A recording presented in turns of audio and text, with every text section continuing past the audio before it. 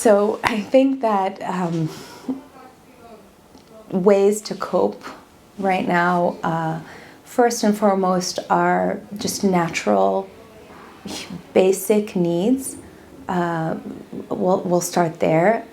We really need to know that we're safe, and often we need to remind ourselves that that we're safe now.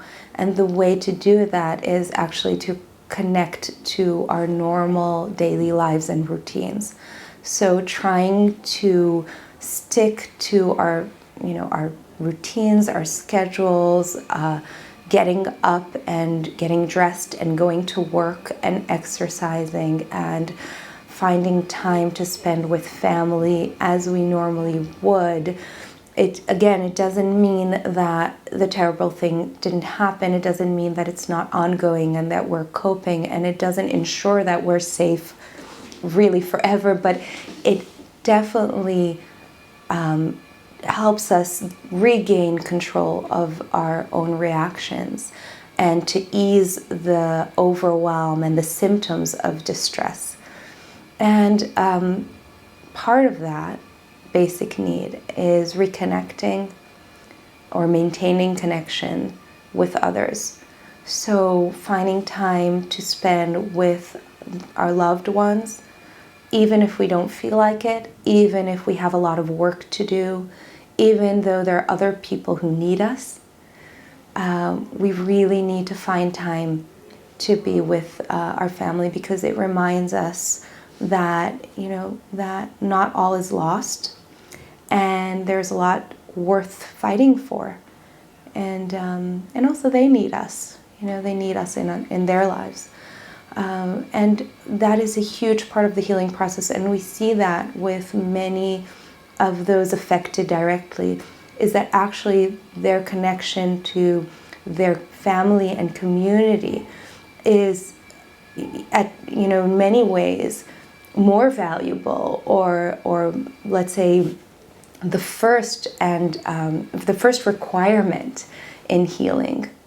Okay, and I think another piece is finding a way to feel part of the community. I think we lost a lot of that, and definitely the environment that preceded October 7th, and being reminded that we are part of a community, and finding a way to feel that for each person in their own way. It could be through art, exercise, and it could be through direct volunteer work, but just finding a way to feel that there is connection and that there is meaning, and that healing is possible.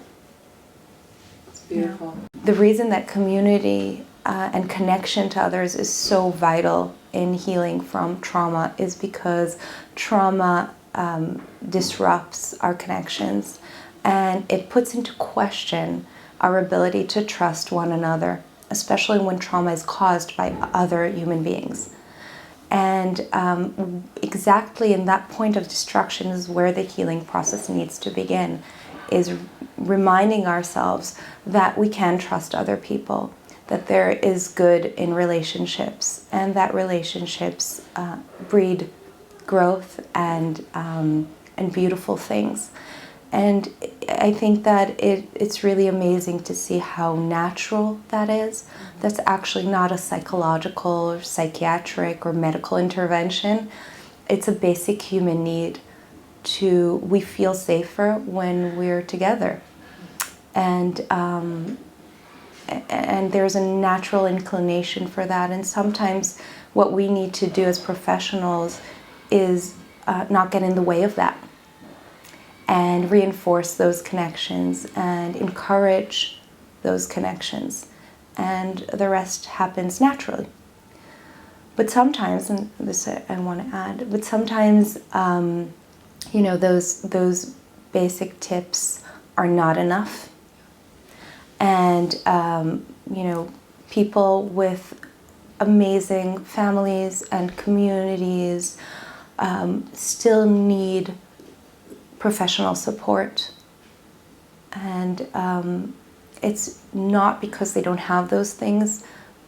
Sometimes it is, but it really is because the events were so overwhelming and disruptive that they need a professional to help them cope and develop new coping strategies and new resources that they didn't have or they didn't need before. And that's what psychotherapy is for.